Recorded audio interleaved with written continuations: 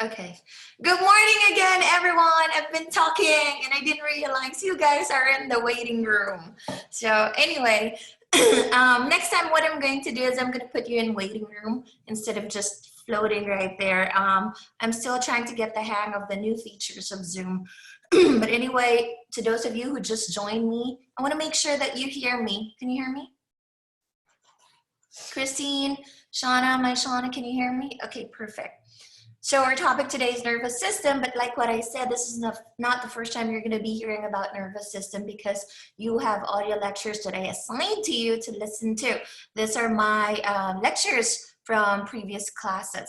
So who has listened? I want you to be honest with me. Who has listened to audio lecture 4, 5, 6, and 7 of the nervous system? Hands up. Did I do up to 8? Did I assign up to 8? Okay, up to 8. Okay, which means tomorrow's homework will be 9, 10, 11, and 12. Okay, because we're not meeting. So 9, 10, 11, and 12. Each of my audio lectures is about 30 to 40 minutes. Okay, sometimes I push it to 1 hour depending on the topic. Okay, I cut it at a very good time for you to have that good chunk. Okay, but since now we're live, what we're going to do is I'm gonna reinforce the topic more. Okay, I'm going to highlight. I pick references and I look at them, I study them, and I try to think whether it's going to be useful for you to help you better understand the topic. One of my favorite references, like what I said before the others join, is Khan Academy. Okay, I have a teacher account on Khan Academy, and I use it for my students so that it'll help you understand any topic better, okay? And I do understand that because I teach all of the classes, you get para-death with me. So I always say I have a guest speaker, okay? And sometimes the lecturers or the ones presenting in Khan Academy, or most of the time, are doctors, etc., etc. I get feedback from students. Sometimes they tell me, Miss L, that's such a boring presentation, okay? So I get the feedback from students, and then, but I always focus on the content. I always focus on content. I want to get feedback from students if you think that that's boring. The reason I want Khan Academy, I like using the reference, is because I'm not good at drawing, okay? And the presenters of Khan Academy are very, very good in drawing, okay? You'll know what I'm talking about. If this is the first time you've seen Khan Academy, I like using it for the different systems, understanding the basic about the different system. One of my favorites is the cardiovascular system. But for today, our topic is the nervous system. Like what I said, don't be overwhelmed. I'm not gonna go over all of these, okay? I have all of the presentations ready in my tab, and I'm going to jump from presentation to presentation, but of course I'm going to pause and make sure that you understood whatever the topic is or was. So this particular one is about the nervous system, a brief description of the nervous system, or an explanation of the nervous system, which is the basis of all the innervations of your entire body. Okay. See. Please let me know if you can hear it. I'm going to be totally honest with you. I don't really spend a lot of time thinking about my bodily functions for the most part. Maybe sometimes, but in the next few episodes, I'm going to be talking about all of the organ systems that make our lives possible, even occasionally pleasant. And to start it all off, I'm going to go straight to mission control, the nervous system. Not all the systems, okay? Don't be overwhelmed. Okay, we're just gonna start with what he said, the mission control, which is the powerhouse, the nervous system.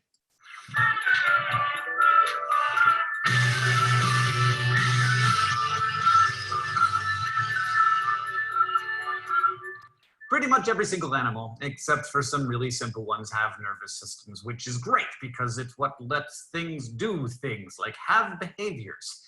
It makes you the sentient living thing that you are. The whole setup here, your brain, your nerves, your spinal cord, everything is made up of specialized cells that you don't find anywhere else in the body. Most of those are neurons, which you've seen them before. They look kind of like a tree with the roots and the trunk and the branches. Neurons bundle together to form nerves, pathways that transmit electrochemical signals from one part of your body to another. So when you bite into a piece of pizza, I love it when there's pizza in the videos. The receptor neurons in my taste buds recognize I'm eating something salty and fatty and awesome, and they carry that information along the nerve pathway to my brain. And then my brain can be like, yeah, pizza. And then it can respond by sending back information through different nerve pathways that say, you should eat more of that pizza. And yet, despite what my brain is telling me, I'm going to try to not eat any more of that pizza. You wouldn't think that it's terribly complicated to know that pizza tastes good and to tell someone to eat more pizza, but it turns out that our brains and our nervous systems are crazy complicated. Your nervous system basically has a big old bureaucracy of neurons, and it's divided into two main departments, the central nervous system and the peripheral nervous system. Central and... Please take note, okay? I know your lecture packet is typed, okay, without pictures. So this is your chance to take notes, differentiate, and understand the nervous system better, okay? Peripheral. The central nervous system, basically your brain and your spinal cord, is responsible for analyzing and interpreting all of those data that your peripheral nervous system, all of the nerves outside of your brain and spine, collects and sends its way. Once the central nervous system makes a decision about data, it sends a signal back through to the peripheral nervous system saying, do this thing, which the peripheral nervous system then does. Both of these systems contain two different types of neurons, afferent and efferent. Afferent and efferent are biological terms, and I discussed this in the audio lecture, okay? Without him saying what's the difference between afferent and efferent before we move on. Christine, you remember in my audio lecture? Afferent, letter A. Remember, I said that afferent. Away from where? Okay, Elizabeth, do you remember? I'm sorry, what was the question? Afferent versus efferent. Afferent. Efferent. Afferent moves the information to the body, and efferent moves it to the central nervous system, or out to the central nervous system. Okay, you said afferent away? To. Okay, afferent to where? The central nervous system. Okay, let's type that and double check. Stormy, I'll get to you. Okay, afferent is toward, is that correct? Yes. Toward the nervous system. Is that what you said? Yes. Okay, efferent, or efferent, okay, is away. Is that what you're saying? Okay, away the nervous system. Yes, Stormy. Aren't audio lectures 4 through 8 about Alzheimer's and headaches?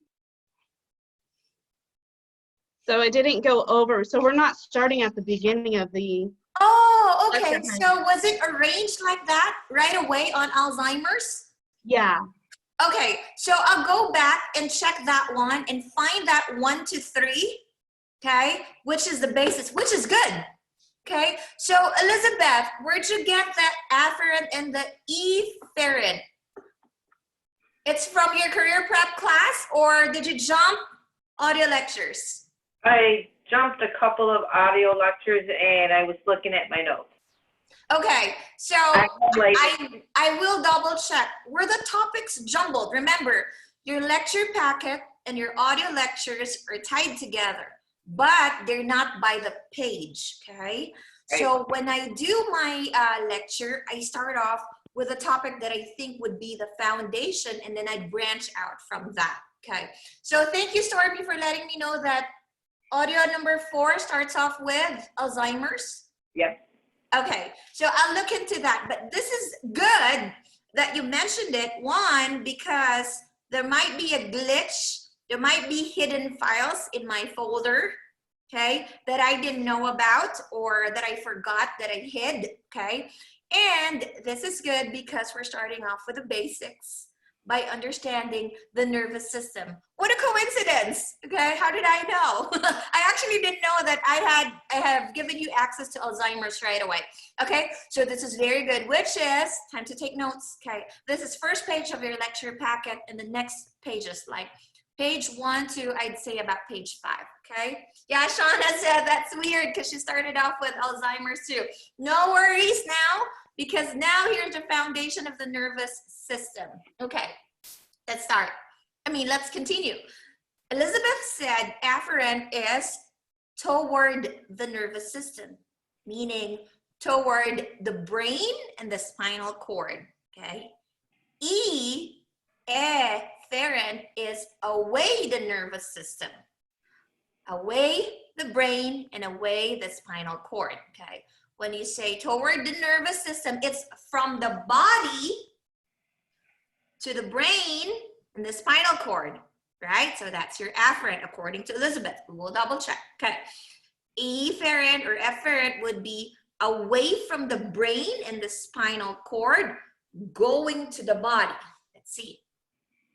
They're horribly confusing, and I apologize on behalf of the entire institution of biology for them. Afferent systems carry things to a central point, and efferent systems carry things away from the central point. So afferent neurons carry... Is that correct? Carry things to the central point. Efferent. He talks fast, okay? But I like this guy. He reminds me of my former student, Sean, okay?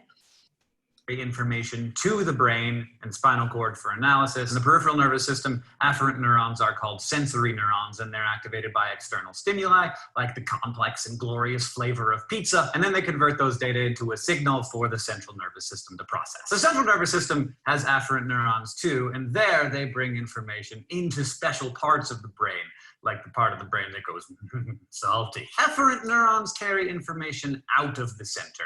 In the peripheral nervous system, they're called motor neurons because many of them carry information from the brain and the spinal cord to muscles to make us move. But they also go to pretty much every other organ in your body, thus making them like work and do stuff to keep you alive. In the central system, efferent neurons carry information from special parts of the brain to other parts of the brain or spinal cord. Of course, if it ended there, it would be way too simple, and no good bureaucracy has just 2 departments. So the peripheral nervous system is actually made up of 2 different systems with 2 very different jobs: the somatic nervous system and the autonomic nervous system. Okay, this is where I'd like you to take notes. Why?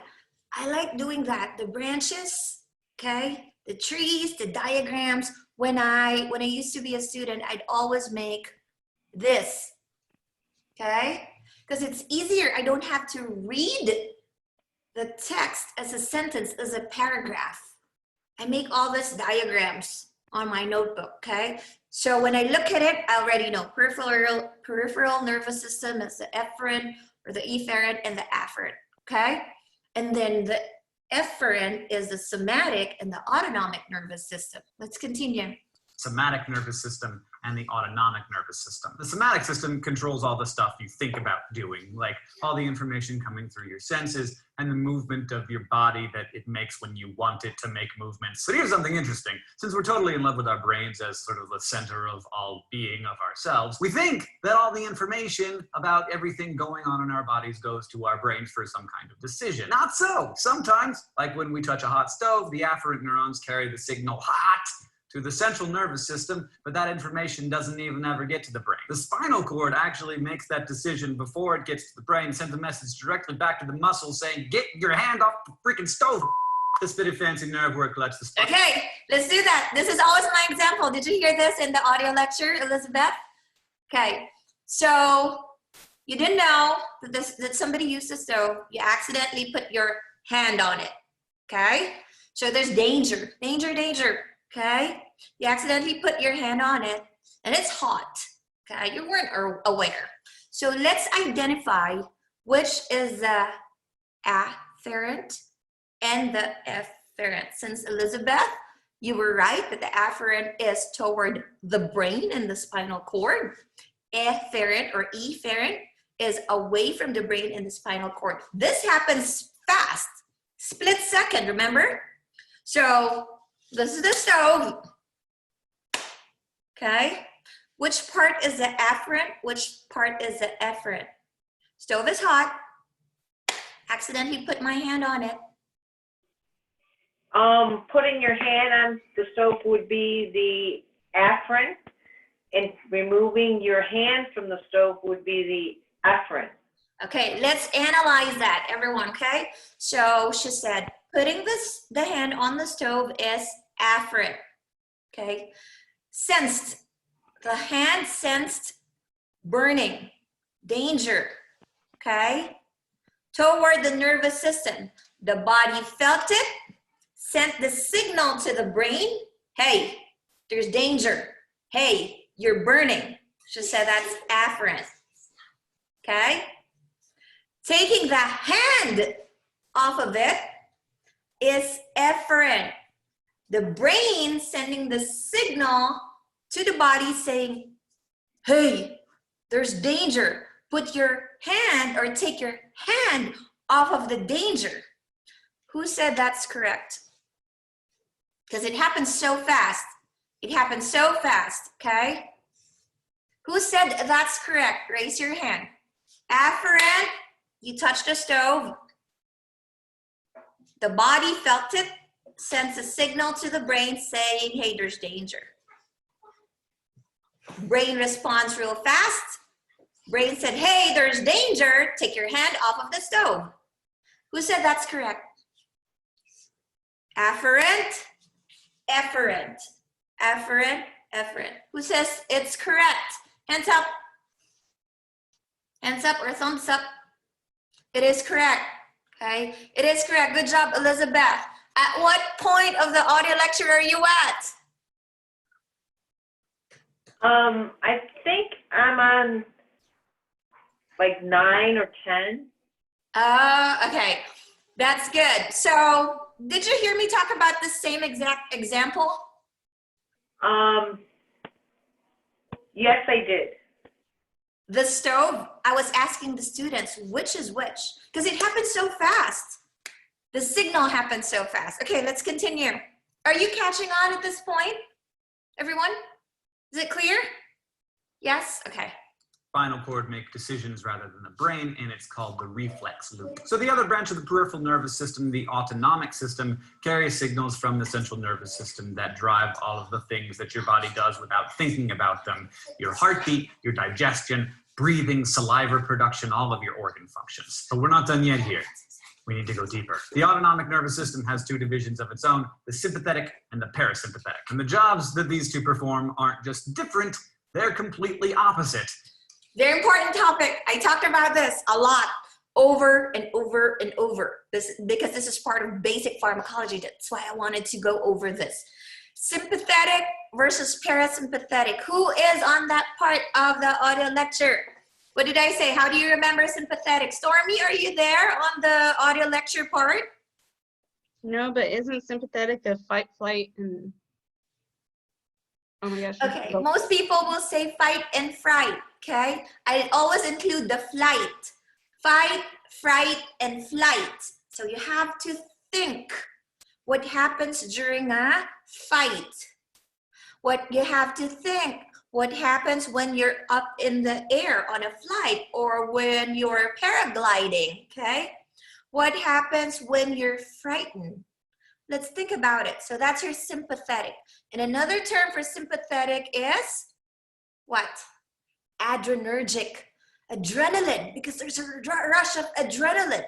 Adrenergic, okay? Sympathetic, adrenergic. That's why fight, fright, and flight. You'll hear more people saying fight and flight or fight and fright, but I always include the three. So let's analyze or let's give examples. During fight, fright, or flight responses, what do you think happens to your pupils, James?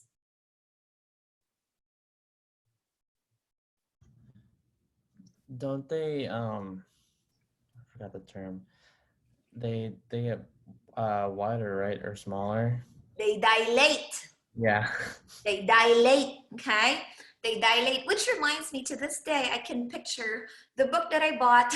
I mentioned this in the audio lecture. When I was in pharmacy school, because all of us are struggling with pharmacology, we found a book from the US We didn't have Amazon at that time, so we had to order from a little bookstore, and they had to import it for us. The name of the book is Pharmacology Made Ridiculously Simple. Okay, it's a black and white book, it's not colored.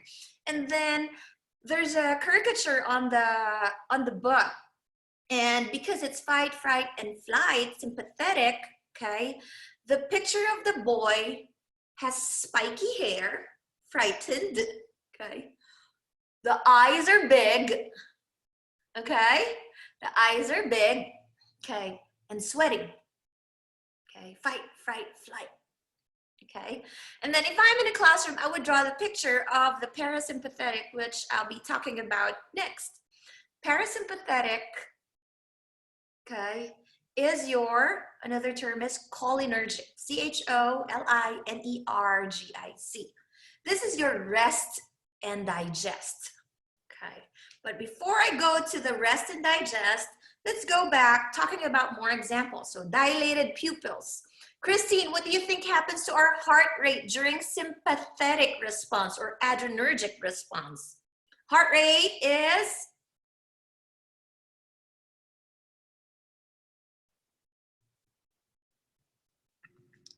I have to be honest, I'm a little confused about this whole topic right now. Okay, so sympathetic versus parasympathetic, sympathetic, adrenergic from the word adrenaline. Just think about what happens to you during a fight, a fright, or a flight.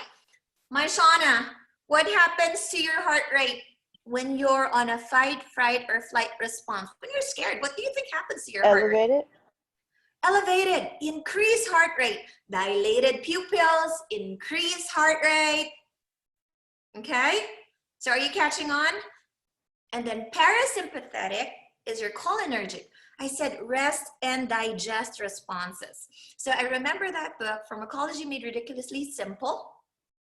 Okay, and it has a picture of a pig by the beach with its hand on its belly, like it just ate, rest and digest. Okay, so you have to think about what happens after you eat. What happens when you're so relaxed? What happens when everything is calm? So here's the reverse of your sympathetic or adrenergic. Shauna, what do you think happens to your pupils during rest and digest or cholinergic or parasympathetic response? Shauna, can you hear me?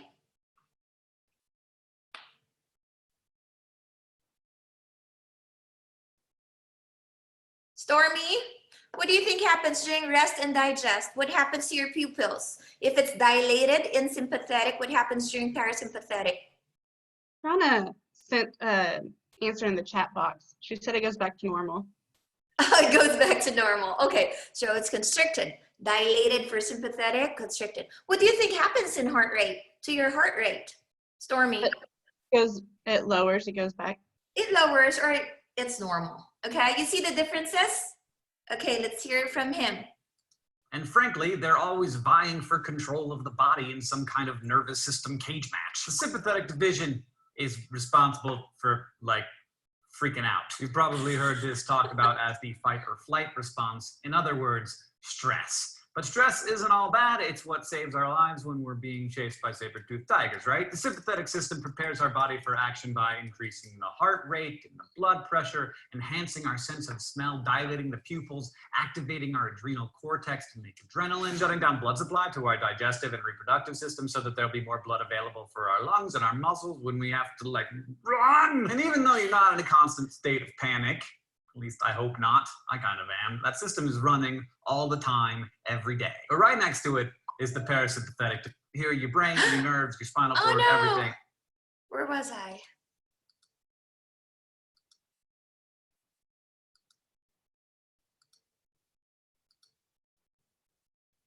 Can somebody remember what point was I? Okay, not there. Let's find his. I was trying to pause it. I'm so sorry. Okay. Let's see where is that. Prepares our body for action by increasing the heart rate and the blood pressure, enhancing our sense of smell, dilating the pupils, activating our adrenal cortex to make adrenaline, shutting down blood supply to our digestive and reproductive system so that there'll be more blood available for our lungs and our muscles when we have to, like, run. And even though you're not in a constant state of panic, at least I Okay, so I remember I said people always say it as fight or flight response, okay? But I added the word fright so that you can picture it better. So you'll hear me say fight, fright, or flight, fight, fright, or flight. But it is very common to hear fight or flight, fight or flight. But he mentioned when you wanted to run because you're frightened, okay? I hope not. I kind of am. That system is running all the time, every day. But right next to it is the Parasympathetic Division, working hard to make sure we take it nice and easy, dials down the heart rate and the blood pressure, constricts our lungs, makes our nose run, increases blood flow to our reproductive junk. Our mouths produce saliva, encourage us to poop and pee. That's basically what we have to thank for taking a nap, sitting in front of the TV, going to the bathroom, and getting it on. So consider. Did you hear that? Rest and digest, parasympathetic, cholinergic. That's when you have to use the bathroom because you're so relaxed, okay? You're so relaxed, you have to go use the bathroom. That's when you feel like you have to defecate, you have to pee, okay, or urinate. Consider yourself lucky you got both the stress response and the chill the heck out response working side by side. Because together they create a balance or a homeostasis. Now, that's what the nervous system does. Next, we have to talk about how it does it. The neurons that make up our nervous systems make it possible for our bodies to have their very own little electric systems. So to understand how they work. Okay, what's the neuron? Anybody remember? My Shauna, what's the neuron?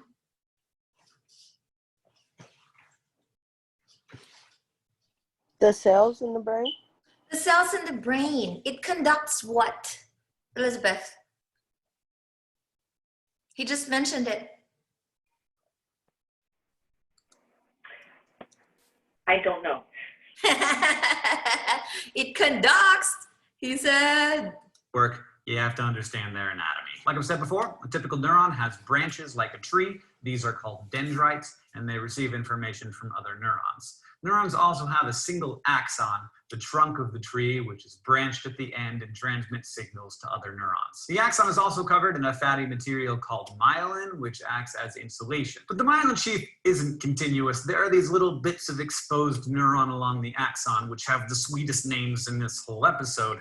They're called the nodes of Ranvier, which seems like an excellent working title for the 8th Harry Potter novel, Harry Potter and the Nodes of Ranvier. Anyway, these nodes allow signals to hop from node to node, which lets the signal travel down a nerve faster. This node hopping, by the way, has a name. It's called saltatory conduction. Conduction because it's electrical conduction, and saltatory because saltatory means leaping. Finally, the place where an axon's branches come in contact with the next cell's dendrite. Look at this. What travels? The messages. Okay? The messages. That's why I started off, and I want to start off with the afferent and the efferent. Okay? Look at this. Is called a synapse. And that's where neurotransmitters pass information from one neuron to the next. Now, think back to, or just go watch the episode that we did on. That's why they're called neurotransmitters.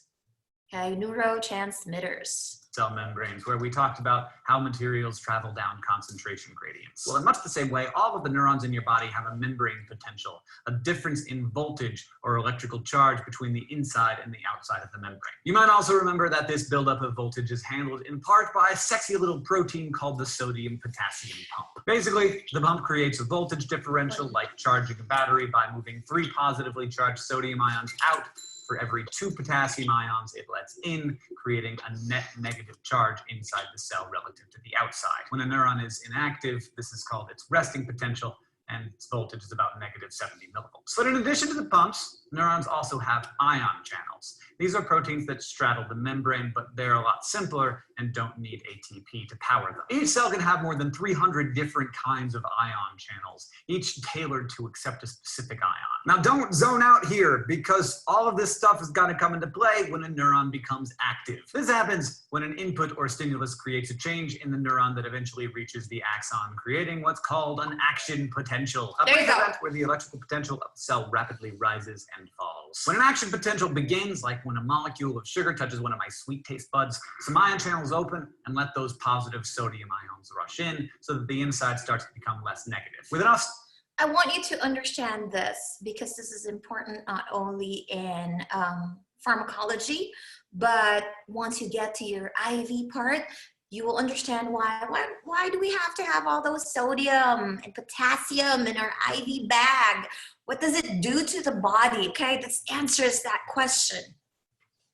Stimulus, the internal chart of the neuron reaches a certain threshold, which triggers more sodium channels to respond and open the floodgates to let even more ions in. That's happening on one tiny little area of the neuron, but this change in voltage creeps over to the next bunch of sodium channels, which are also sensitive to voltage, and so they open. That exchange triggers the next batch, and so on down the line. So the signal of changing voltage travels down the neuron's membrane like a wave. But remember, the myelin sheath insulates most of the neuron and just leaves those little nodes exposed. So instead of being a steady wave, the wave jumps from node to node, speeding up the travel time of action potential down a neuron.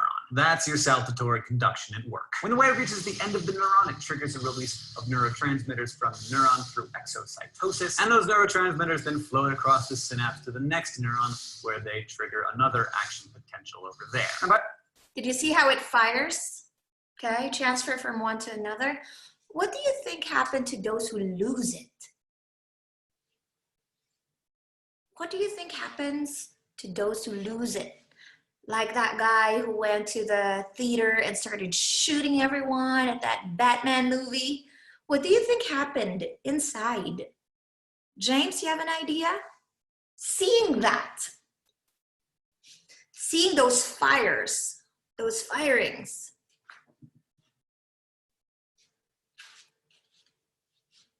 No? What about you, Elizabeth?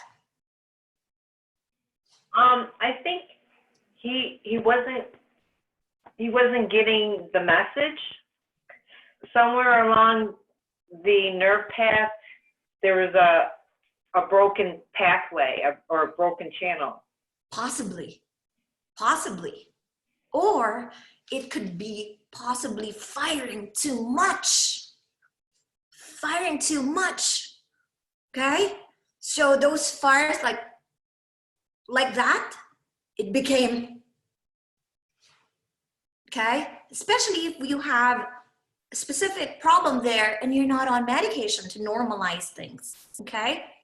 By this time, so many sodium ions have gotten inside the first neuron that the difference between the outside and the inside is actually reversed. The inside is positive and the outside is negative. And it seems like neurons hate that more than pretty much anything else. So it This is important for our chemistry class as well, okay?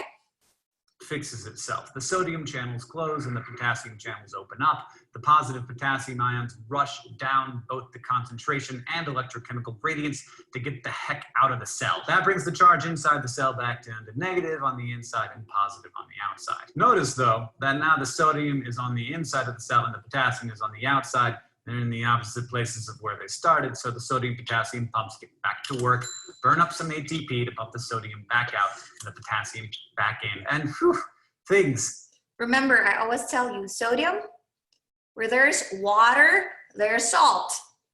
Okay, I said that in the audio lecture. So sodium is best friends with water. So when you eat too much salty food like chips that we love, there could be what? Salt retention. And when there's salt retention, there's water retention. Where do you feel that most of the time? Right on your legs. Your legs are heavy, okay? If you eat too much salty food, why? Water retention, okay? And that's what we call edema. I mentioned that during the audio lecture, E-D-E-M-A. That is water or fluid retention. And you gotta remember, sodium or salt and water are best friends. Think about the beach. So where there's sodium, there's water, or where there's water, there's sodium, okay? Or salt. We're now back at the resting potential again. So that, my friends, is how action potential allows neurons to communicate signals down a whole chain of neurons from the outer reaches of the peripheral nervous system all the way up the spinal cord into the brain and then back out again. So let's Okay, so that was a good explanation. He just talked so fast. I know there's a way to slow him down. However, I'd like to get your feedback on this one. How'd you like him explaining? How'd you like him explaining the nervous system? The central and the peripheral nervous system, the action potential. Christine. You need coffee. I see you're somewhere else. Yeah, James has his regular zinc and vitamin C. How'd you like that explanation of the nervous system? Since you said I started an audio lecture on Alzheimer's, the one that you have access to. Did this clarify the sympathetic versus the parasympathetic for you, Christine? a tiny bit. Okay, it's simple. Okay, just think about sympathetic, adrenaline, adrenergic, fight or flight. Okay, I even added fright. Okay, and then parasympathetic is rest and digest. James, how'd you like the resource or the reference I used today to explain the nervous system? I understood it better with the images. Just, I mean, I've listened to the audio lectures about that. I have to keep going back to understand it. But I guess with the images, it helped me a bit more, like to understand which, like, where the efferent goes and where the afferent goes, and then what the somatic and automatic goes and everything. Yeah. So yay or nay on this reference? Because I tried to listen to you guys. Yay? Yay on the reference or nay? Yeah? Okay. So I will jump to the brain, okay? Parts and function of the fore, mid, and the hind brain, and then functions of the brain. Actually, because he discussed the neuron, the nervous system already. Can you see when I jump to a different screen? Has your brain ever wondered what? You see that? Can you see the picture of the brain? Or is it, I'm stuck to the same video? What do No, you we see? can see the video. Okay, perfect. Because I don't know when I share screen and I switch tabs, I don't know if it switches with, as I move on. Okay, let's see. What the parts of the brain are and what are their functions? Well, that's basically what we're going to talk about in this video. So what you're looking at is a section of your brain. And to make sense of this, let's say you could see someone's brain from the top. Then you would be able to see the two hemispheres like this. Don't worry, this is not a brain. This is just a walnut. It looks very similar to the brain. But let's say these are two hemispheres. Now, imagine you cut this walnut. Then you look at the inside side of this one. Okay, I like that he used the walnut to show the brain, okay? And walnut is a brain food. You see how it's related? It totally looks like a brain, and walnut is a brain food. So if you're studying for a test, you might want to snack on walnuts, not chips, okay? It is a brain food. So fun fact for today. And you will see something like this, right? The inner side of one of the halves. Well, that's basically what we're looking at. It's the inner side of one of the hemispheres, okay? So let's get rid of that and look at the different parts. We can broadly divide our brain into three parts. The forebrain, which is this big yellow section. The midbrain, which is this tiny pink section. And the hindbrain, or the lower brain, which is this blue section. Usually when we say humans have big brain, you're basically talking about this forebrain section, okay? And then the midbrain is actually the beginning part of the brain stem. Brain stem is on top of which the forebrain sits. The brain stem connects the forebrain to the spinal cord. This continues as the spinal cord. So the beginning section of that brain stem is what we call as the midbrain. And then the later section of the brain stem is a part of the hindbrain. Right? This is the hindbrain. And the hindbrain also consists of this section. You know, this itself looks like a mini brain all by itself, but that and the remaining portion of that brain stem is basically what we call the hindbrain. Okay, so what are the functions of them? Before we get into the details, to get a broad sense of what these parts do, we can think that the forebrain is responsible for all the voluntary functions. And the midbrain and the hindbrain together are responsible for all the involuntary functions. Okay, when you say voluntary, you do it because you tell yourself that you have to do it, you need to do it, or you want to do it. That's voluntary. Okay. Involuntary is your body or your brain does it without you ordering it. You understand? Breathing, voluntary or involuntary? James, breathing. It's hard, right? It's hard to answer. Think about it. Normal breathing, voluntary or involuntary? Involuntary. Involuntary, unless you tell yourself, hey, hold your breath. Yeah, but we breathe without thinking it, right? Okay. Our heart beating, Christine. Voluntary, involuntary?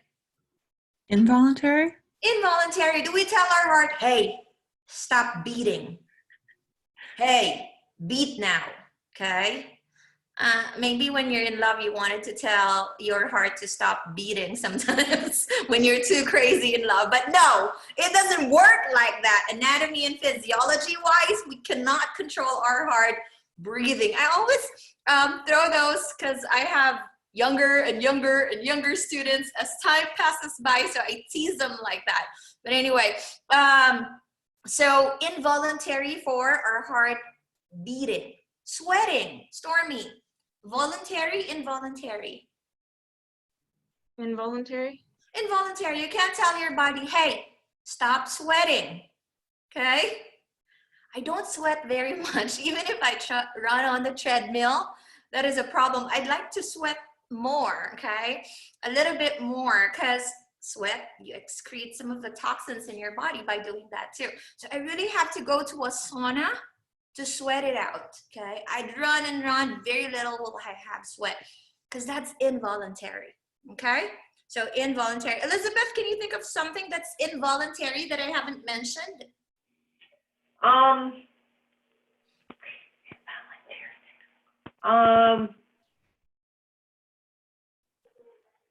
Being able to come up with something on the spur of the moment. Yeah, okay. So did you feel like twitching on your eye when your eyes are so tired? Do you feel that twitching? Sometimes that happens to us. That's involuntary. Okay? When your eyes are so tired. Yes. Another involuntary would be keeping your balance. Balance? Keeping your balance. You're talking about the inner ear. Okay, so yeah, that's involuntary too. Okay, looks like Jason is under the weather. Are you? No? Okay. So let's continue. So when I say voluntary, think about all the actions that you carry out consciously by thinking about them, like to take a walk, or maybe to talk to someone, or decide to watch this video about brains. So all of that is from your forebrain. And of course, we'll talk more details about that in a second. And when I say involuntary functions, there are some functions that are happening in your body which are not in control, or which you're not in control of. For example, your heart beating, or maybe your digestion, you're not in control of those, right? So those are mostly taken care by your midbrain and the hindbrain. So how do we remember which part does which? Well, the way I like to think about it is I remember that now what makes humans special is their big brain, big forebrain. And I remember that we have this amazing intellectual ability, right? Our intelligence. So forebrain gives us our intelligence. So it's because of that I can do all my thinking and all my decisions, and also I can walk and talk because of this. So that's how I basically remember forebrain controls voluntary actions. With this in mind, let's look at the functions and the parts in a little bit more detail. So let's zoom out a little bit, and I've made some space so that we can write more parts. So let's start with the forebrain. If you look at the forebrain, you can again kind of see two sections of it. The outer section, which contains a lot of folds, and the inner section. Let me shade that inner section a little bit darker so we can identify that. So the outer section, right, this big giant outer section, it's called, let me call that, it's called the cerebrum. Sorry. The cerebrum. This whole outer section, which I have colored with light yellow, is the cerebrum. And we're not going to look at further parts of that, okay? So that's the outer section for us. If you look at the inner section, we're going to look at 3 parts of the inner section. Okay, one part which is over here. So let me put an arrow mark like this. Then one part which is a little below that, which I'm going to write over here somewhere. Okay, wait a second. Yeah, let me write that over here. And this small thing that you can see, that one. These are the 3 parts that we need to remember, at least for our syllabus. Okay. So this one, you know what we call that? That is called the thalamus. Let me use this color. Okay. It's called the thalamus. And these are all Greek names, okay? So it will not make sense to us. But I looked up, thalamus kind of means an inner portion or inner region. And that's basically what this is, right? It's the inner region of our forebrain. So the part that comes below that is called hypothalamus. So the next part is hypothalamus. And hypo kind of means lower. So it's the lower part of the thalamus, hypothalamus. And this last part, which we'll be interested in, this one, the small thing that you can see over here, that is called the pituitary gland. Pituitary gland. Right, this part over here. Okay. So these are the 4 parts of our forebrain. So these are the only parts that we'll concentrate on. So let me just put them together. So this is your forebrain parts. All right, so what do they do? What's a pituitary gland? I put that in your notes. Okay, what is a pituitary gland? Elizabeth, do you remember? What do we call the pituitary gland? It is the master gland. It controls. Correct. Why is it called a master gland?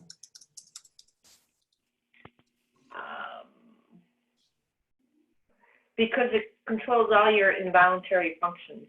Okay, that's a good answer. Very good answer. Okay, that's your master gland. Hint, hint, wink, wink, comes out on major exams. What do you call the pituitary gland, or what is the master gland? Okay, pituitary gland. Okay. This one he's not drawing, he's using pictures, but there are other videos wherein, like what I told you, the cardiovascular system, he's drawing using a pad, and they're so good at drawing, and that's what I don't. When God showered the artistic talent, I was probably sleeping, drunk, or hungover. Okay, so Miss L got some of those when he showered something, some of those talents, but not the drawing part, the sketching part. Okay, I know how to draw a stick man, so I like using this references. So stay with me. What are their functions? We don't have to look at the individual functions. We don't have to do that. But the forebrain as a whole, what does it do? Well, one of the things, like we already said, voluntary functions. But again, let's dig a little deeper. What does it do? One of the things that you can think of is thinking, right? And when I say thinking, I'm including a lot of things over here because there's not much space. Thinking, your learning ability, your speech, language, all of that comes from your forebrain. But what else? To think about what else your forebrain can do, take a look at this picture. The reason you're able to see this is because of your forebrain. You may be wondering, wait, it's my eyes, right? It's eyes. But the eyes send the signal to the brain, and it's your forebrain that does the processing. And that's why you can see it. Similarly, you can hear me right now because of your forebrain. All the 5 senses, you can sense them because of your forebrain. And so one important function of your forebrain is sensing. Let me just write that as sensing. Okay, what else? Well, you identified this picture, right? It's a puppy. Did you confuse it with something like maybe a donkey or tiger? No. The reason you can even remember it's a puppy is because of your memory, because you know what puppies look like and you can associate with it. So that also comes from your forebrain. Memory, learning, all of that comes from your forebrain. Now, when you look at this puppy, some kind of emotion came in, right? Like you may have felt, oh, what a cute puppy. You may have felt happy looking at it. Maybe if I showed you some different picture, maybe if I showed you some scary picture, you would experience fear. right? So all the emotions, they too come from your forebrain. All your emotions, including love. That's right, love does not come from the heart. In fact, fun story, the other day my wife asked me, hey. I love that he said that, okay? Love doesn't come from the heart, okay? I always say, you know what? God put the brain here on top of everything so that it controls everything, okay? Anyway, that was cute he said that. Okay, he's gonna say something about that. How much do you love me? I said, I love you with all my forebrain. But it was worth it. All right. Now, besides these, there are also other things that the forebrain does. Some of the feelings that you get, like for example, the feeling of hunger, the feeling of being sleepy, thirst, or maybe, after you have finished a meal, the feeling of fullness. All of that also comes from your forebrain. Actually, that comes from this part of the forebrain, but we don't have to remember all those things. So these are some of the functions of your forebrain. So what's next? We're not going to look at the parts of the midbrain. It's a tiny section. We'll not look at its parts. So let's jump directly to the hindbrain. If you look at this brain stem over here, the bluer section, you can actually see two distinct regions over there. So one region, one lump over here, and one more here, right? So this one, let me use a different color. So this one over here, it's called pons. That's the name given to it, pons. Again, I know, little weird name. It's Latin, again, it means bridge. It's kind of like bridging between the middle brain and this bottom part. That brings us to this bottom part, which is pretty important for us. The bottom one is called, let me write that down over here. It's called medulla oblongata. Okay, you remember this from your career prep? Medulla oblongata. Mr. Jackson likes saying this, okay? And highlighted what medulla oblongata does. Do you remember? Christine, do you remember Mr. Jackson saying what it's for? Medulla oblongata. More coffee? Jason, makes me want to go to sleep. I'm jealous. Jason, do you remember what medulla oblongata is for? All I remember is from Waterboy, and it makes you ornery. Makes you what? Ornery. Ornery. Okay, Shauna, what about you? You still there?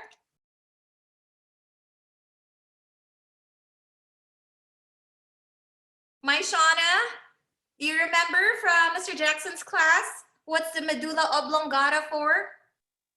No. Okay, Stormy.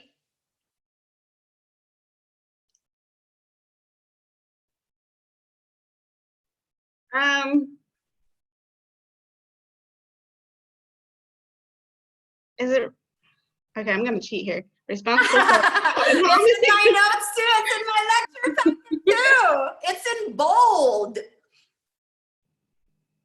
So it functions ranging from vomiting to sneezing.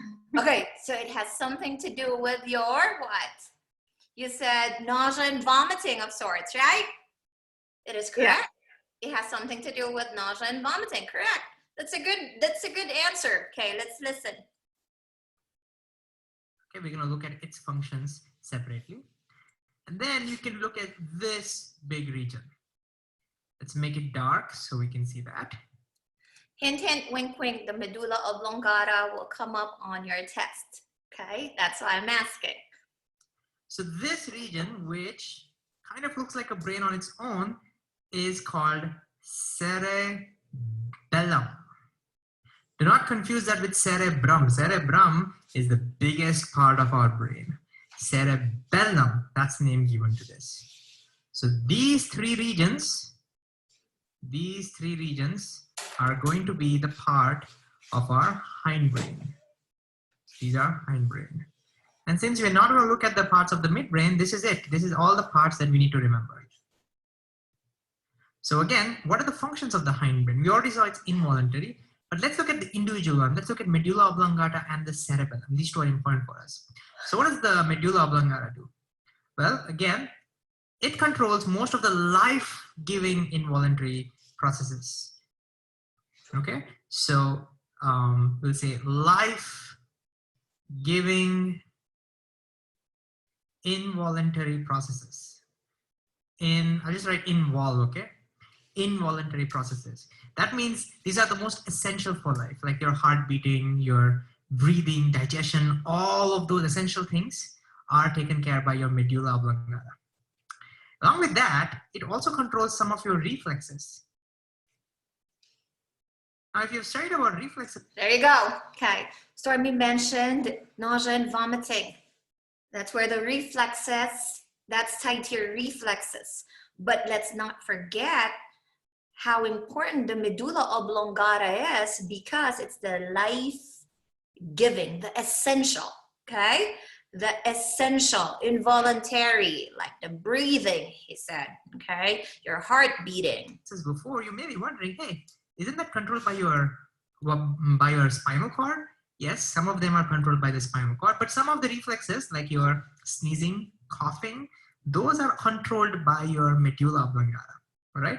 The idea is the reflexes are not controlled by your thinking part of the brain. None of the reflexes are controlled by the forebrain. That's why they're even called reflexes. But the medulla does control some of your reflexes as well. So these are the two major functions of the medulla. Okay, what about the cerebellum? It's getting a little crowded. I hope you can see them apart. So again, I'm going to put some division over here. Anyways, so what does cerebellum do? Well, cerebellum also has some involuntary function, but it's a little different. One of its function is to maintain balance. Balance. Now, what I mean by this is, if you want to do even the simplest of the simplest tasks, like walking or maybe holding a cup, these things requires careful calculation, coordination. You have to think about where the gravity is and all of those stuff, right? If you try to build a robot, it's then you actually see how complicated those things are. But we do it with ease. That's because of our cerebellum, because it is the one that maintains balance. And along with that, another major function is motor memory. Motor memory. What's that? Motor. Well, think of riding a bicycle. With the first time when you were trying to learn the bicycle, you were using a lot of your forebrain. You were learning. You were learning to get balance. You were learning how the pedal works. You were learning maybe how to do the tring and everything. All those things you're learning. But once you learn that, once you've done enough practice, now when you want to ride your bicycle, you don't even think about it. We say it has become our second nature, right? All things happen automatically. How? It's the cerebellum. It's this. That's what we call as motor memory. Another example could be, let's say when you're typing on a keyboard, if you have enough practice, you don't have to look down anymore. You don't have to worry about which keys are where. It just automatically happens. Motor memory. So all those things are controlled by the cerebellum. And you know how I can remember this? I remember this by remembering that, when people drink alcohol, it's their cerebellum that gets affected. Think about it. If your cerebellum gets affected, your balance gets affected. And that's why people who are intoxicated, they can't balance themselves. They will be walking funny and everything. They may no longer be in a position. Well, when they pull you over, they suspect that you've been drinking. What's one of the tests that cops do? Do you know, Jason? It was a combination of things, but usually, checking your balance. Checking your balance is one. Some cops in the old days, they ask you to recite the alphabet, right? They ask you to recite the alphabet. It has something to do with memory, simple, okay? I'd say, would you like me to recite it backwards from Z to A? They'll never catch me drinking and driving because I don't do that. So don't do that, okay? Thanks to Uber and Lyft, drink responsibly, okay? So let's go back. To ride a bicycle. It's actually one of the reasons why we say don't drink and drive, because your motor memory gets affected. So even the most basic things that usually we think it's easy for us to do, like while driving, that gets affected. All right, so that's how I remember the functions of the cerebellum. All right, so finally you may be wondering, what about the midbrain? So these are midbrain, right? We're now going to look at the parts of the midbrain. Midbrain also controls some of the involuntary functions. For example, when you shine light in your eyes, your pupils become smaller. That is controlled by your midbrain. So the midbrain also controls some of your involuntary functions, but we're not going to look at that. And this is pretty much it for us. Now, since this screen itself contains the entire summary, why don't you try pausing the video and then Okay, give you a few seconds to look at it. Okay, it's nice to be able to dissect the brain like that, okay, and know the different functions of each of its parts, okay.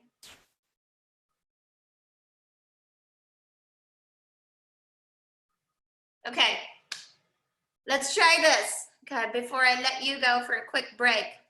While your mind is analyzing this question, your heart is beating and your stomach is digesting the food you ate. You're not even aware of such functions of your stomach or heart. Which part of the brain performs these involuntary life-sustaining activities? You see Christine try to, rub the forefront of your brain? Your forebrain? Okay, answer. They said C, medulla oblongata. Let's try. I'll click this one for you. Correct. Good job. Okay, next question. Okay.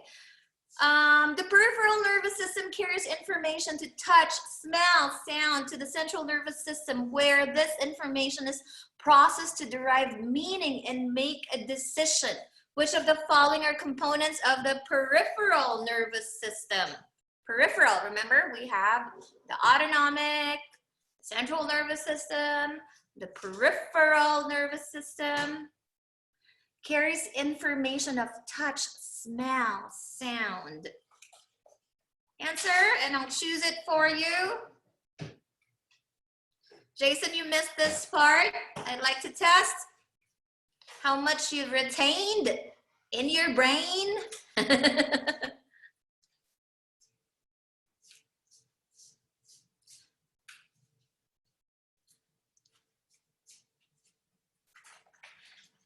D, any more guesses?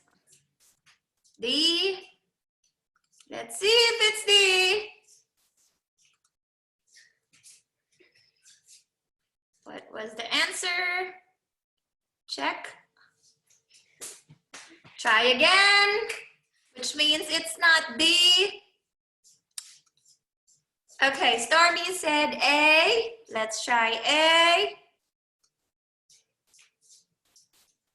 Correct. Okay. Spinal nerves arising from the spinal cord are the component of the peripheral nervous system.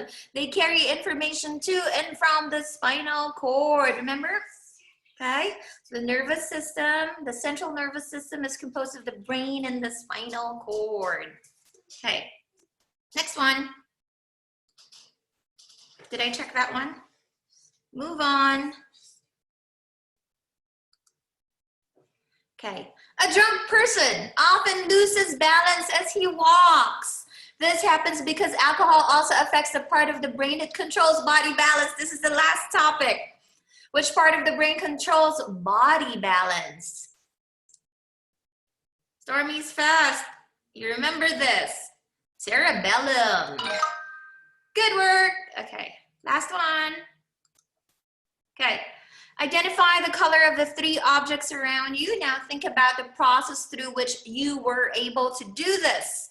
Obviously, the information about the objects was collected by your eyes and passed to your brain where it was processed. Remember the picture of the puppy? Okay. Which part of the brain receives and processes the information from the eyes? I'm going by your answers. You answered B, the forebrain, and let's check. Good job. Okay, it's nice to be able to dissect the brain like what I said and be able to know the functions of each of its part. It's very awesome. And this is a very good introduction to your nervous system before we start jumping to the drugs, okay? Like what I said, the way I do pharmacology is I start off with a review of the anatomy and physiology, the different parts or organs, okay, the system that the drugs affect. And then after we discuss the different parts or organs, then we discuss the diseases. After we discuss the diseases, we discuss the drugs that treat these diseases or help alleviate the symptoms of these diseases. So you can put them all together. And then it comes into like a big aha, now I understand. That's why our students are strong when it comes to pharmacology, because I don't just ask you to memorize the top 200 drugs.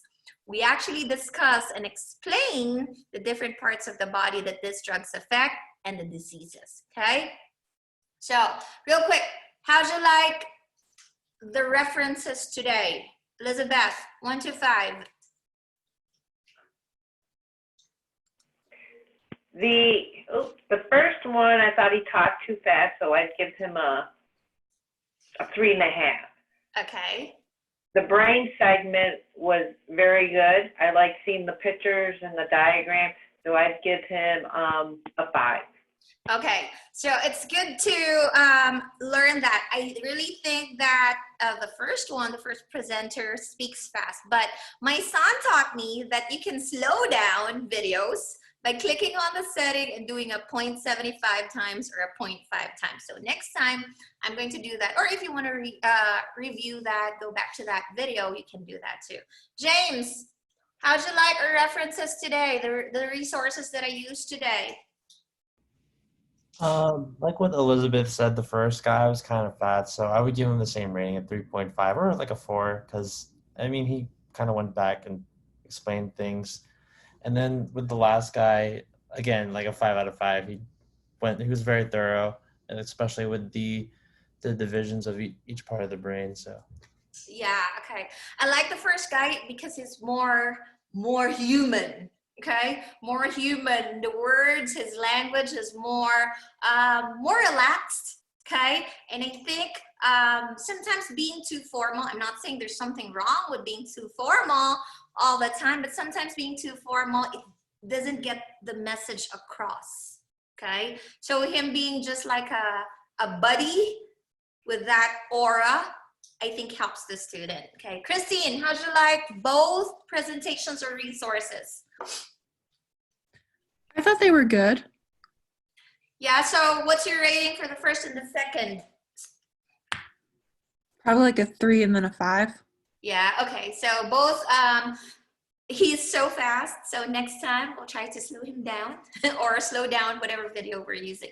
Jason, you missed the first one, but you were on the second one. How'd you like the second resource? I think he was pretty thorough. It's always interesting. I don't know. I've always liked the British Indian accents, so yeah, it's entertaining. Yeah, I can understand it could be a little dry using, a lot of, formal terminology, but, it was still clear and concise, and he, breaking things up into the different parts. Right, so even if we don't have the brain, it's so nice. That's why I said I don't have that talent of drawing. So I really like using this references. Shauna, how'd you like the videos? The first one, like everyone says, he was fast, but he did explain everything like good. So I would give him a 4 out of 5. And then of course the second one, 5 out of 5. Yeah, good. Thank you. Stormy, what about you? So I really like the second one, so definitely giving him a 5.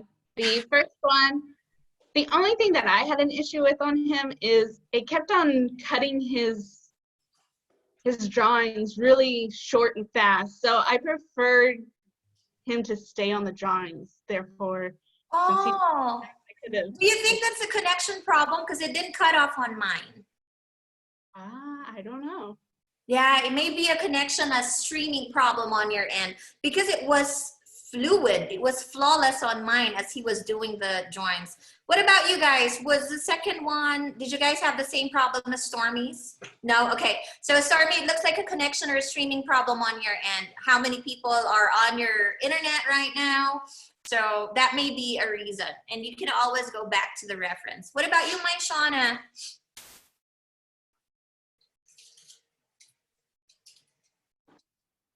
Pretty much the same. I feel like the first one was really thorough, but he was talking a little too fast.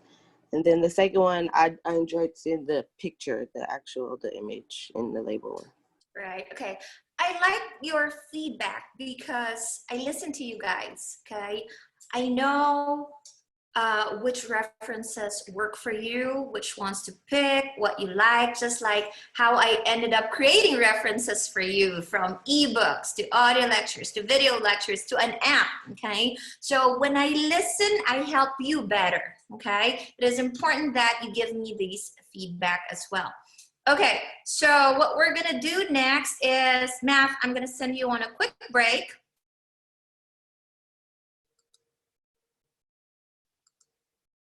Oops.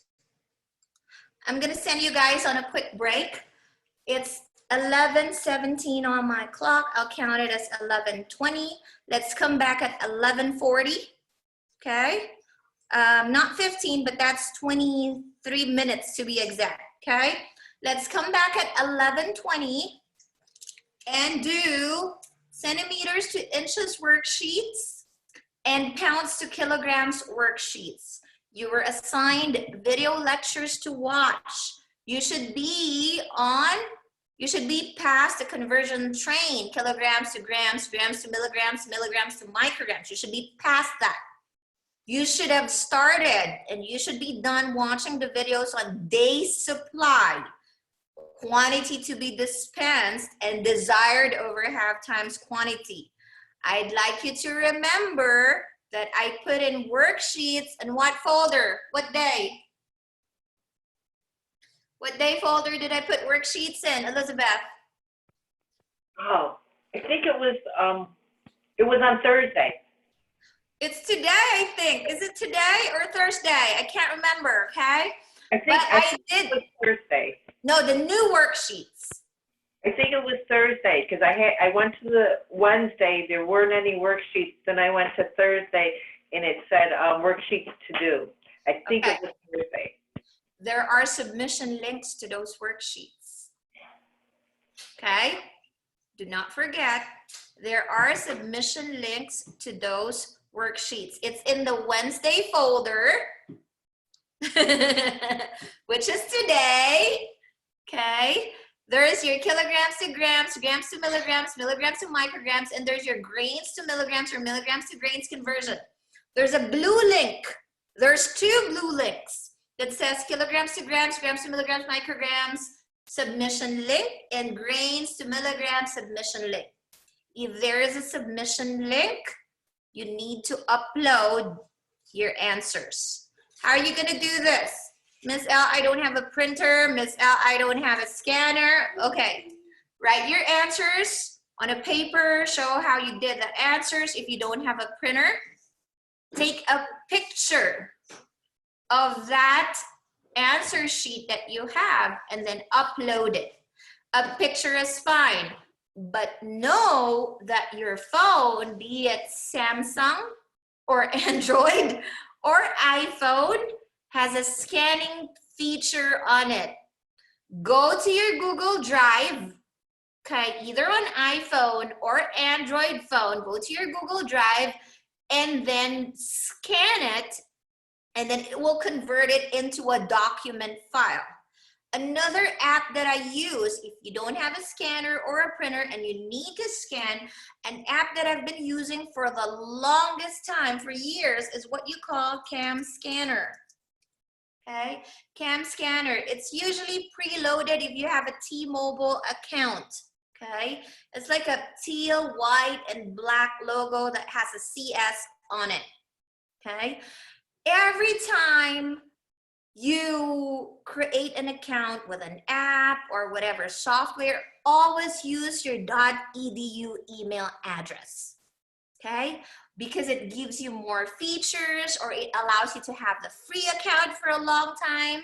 Remember that. Okay, speaking of .edu, to those of you looking at like computers, laptops, whatever it is, okay, to those of you who are looking into that, always remember that a lot of the computer stores or gadget stores have an education account or a student benefit. Know that, okay? They usually ask for your ID or your .edu email address. Apple is one of them, okay? So I tried to buy something on Apple and it'll say, go to our education shop click that. The difference is about $200, at least $100, or you'll have free earbuds, whatever that is, okay? Because my niece is asking me to get her computer, and I said, well, education account always works. Know that, know those benefits. Amazon Prime is free for .edu accounts for 6 months. Okay, sometimes it's extendable to a year. Know your .edu. Know that your .edu email addresses are what? Are gold. Okay? Okay, and your .edu email address is tied to a Google Drive that is unlimited. Your cloud backup, just so you know, is unlimited. You don't have to buy memory drives or flash drives. Upload it to your Google account, and your .edu email address is forever yours, even after you graduate, even after you finish the program, okay? That's my life hack for today. We had a fun fact and a life hack today. Know your benefits, know those free stuff or freebies, okay? Any questions? Let's come back at 11:40 and let's start math, okay? I'll see you guys at 11:40. Don't forget to set your alarm so I don't have to wait, okay? Bye, guys.